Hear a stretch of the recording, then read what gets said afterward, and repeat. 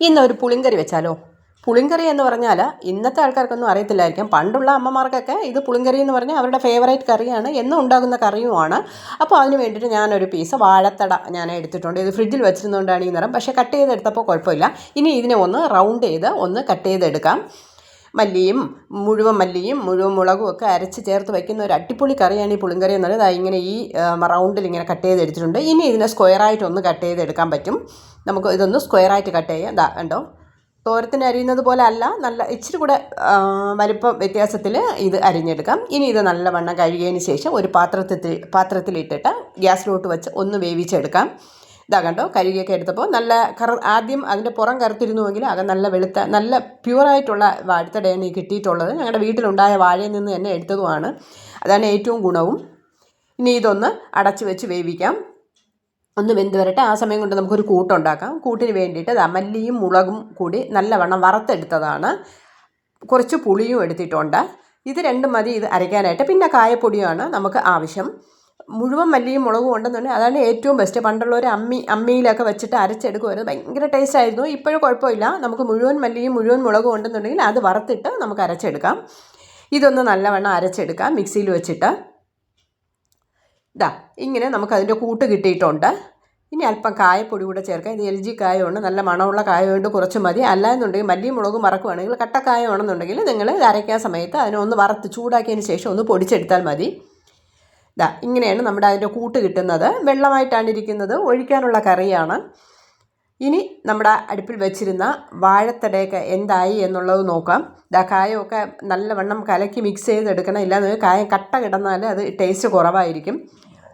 ഇനി നമ്മുടെ അടുപ്പിൽ വെച്ചിരുന്ന, അതായത് ഗ്യാസിൽ വെച്ചിരുന്ന വാഴത്തട എന്തായി എന്നുള്ളത് നോക്കാം.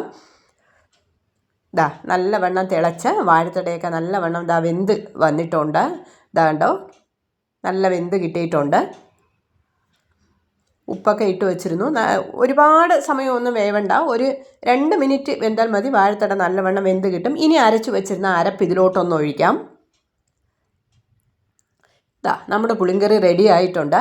ഇനി ഇതൊന്ന് തിളച്ച് വരട്ടെ. ഉപ്പൊക്കെ കറക്റ്റ് ആണോ എന്ന് ഈ സമയത്ത് നമുക്ക് നോക്കാം. ഉപ്പും പുളിയും നല്ല മണം വരുന്നുണ്ട് കേട്ടോ. കായവും ഉപ്പും പുളിയുടെ ഒക്കെ മണവും ഒക്കെ വരുന്നുണ്ട്. ഈ പുളിങ്കറി നല്ല മണവും നല്ല ടേസ്റ്റുമാണ്. ഇത് മാത്രം മതി കേട്ടോ നമുക്ക് ചോറുണ്ണാനായിട്ട്. ഇതൊന്ന് നല്ലവണ്ണം തിളക്കട്ടെ. കൂട്ടൊഴിച്ച് കഴിഞ്ഞാൽ നല്ലവണ്ണം തിളയ്ക്കണം. കണ്ടോ, നല്ല വെട്ടി തിളച്ചോട്ടെ. ആ സമയം നമുക്കൊന്ന് കടുക് താളിക്കാം. അതിന് വേണ്ടിയിട്ടൊരു പാൻ അടുപ്പി വെച്ചിട്ടുണ്ട്. ഇച്ചിരി കടുക് ഇട്ടിട്ടുണ്ട്. വേറെ ഒരുപാട് സാധനങ്ങളൊന്നും ഇടേണ്ട ആവശ്യമില്ല. 2 വറ്റൽമുളക് ഇടാം.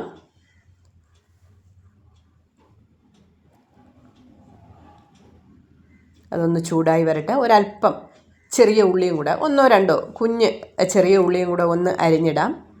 പിന്നെ അതിനാവശ്യം ഒരല്പം കറിവേപ്പിലയും കൂടെ മതി.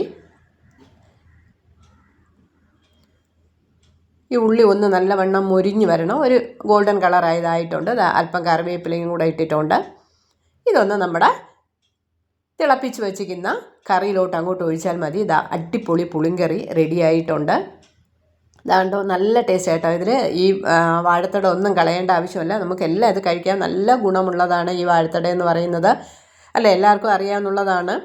ഈ മൂത്രത്തിൽ കല്ലും ഇതിനുമൊക്കെ വാഴത്തട നല്ല അടിപൊളി കറിയാണ്. അപ്പോൾ നിങ്ങളും വാഴത്തട കിട്ടുവാണെങ്കിൽ ഇങ്ങനെ ഒരു കറി ഉണ്ടാക്കുക. Okay, by.